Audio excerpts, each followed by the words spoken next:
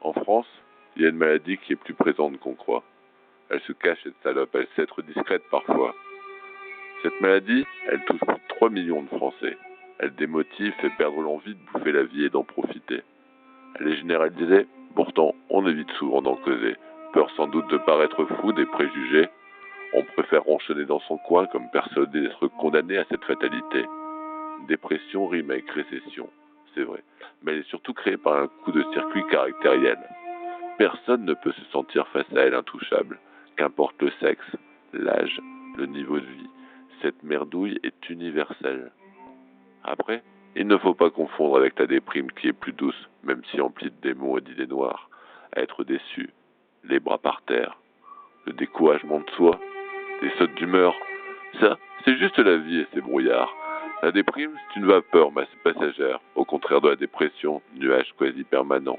Elle se caractérise par un répondant aiguisé des nerfs, des périodes longues de tristesse, une impression d'atmosphère oppressante. Vivre avec, beaucoup ne le comprennent pas et oublient de relativiser. Ça handicape aux études, au travail et à la vie sociable. Pour certains, ça les amène à s'isoler.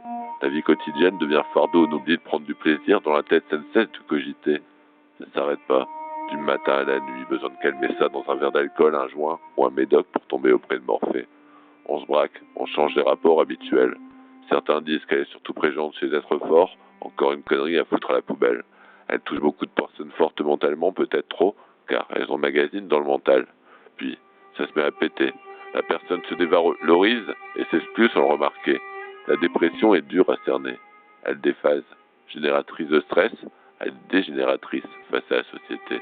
Impossibilité de pouvoir se mettre dans la tête de la personne et de voir ce qui lui arrivait dans le passé. Rester zen et ne pas s'emporter face à une montée de stress. Savoir qu'après la personne sera mieux. Décharger. Ne pas faire le con à infantiliser. Surprotéger ou étouffer. Juste écouter. Sans forcer.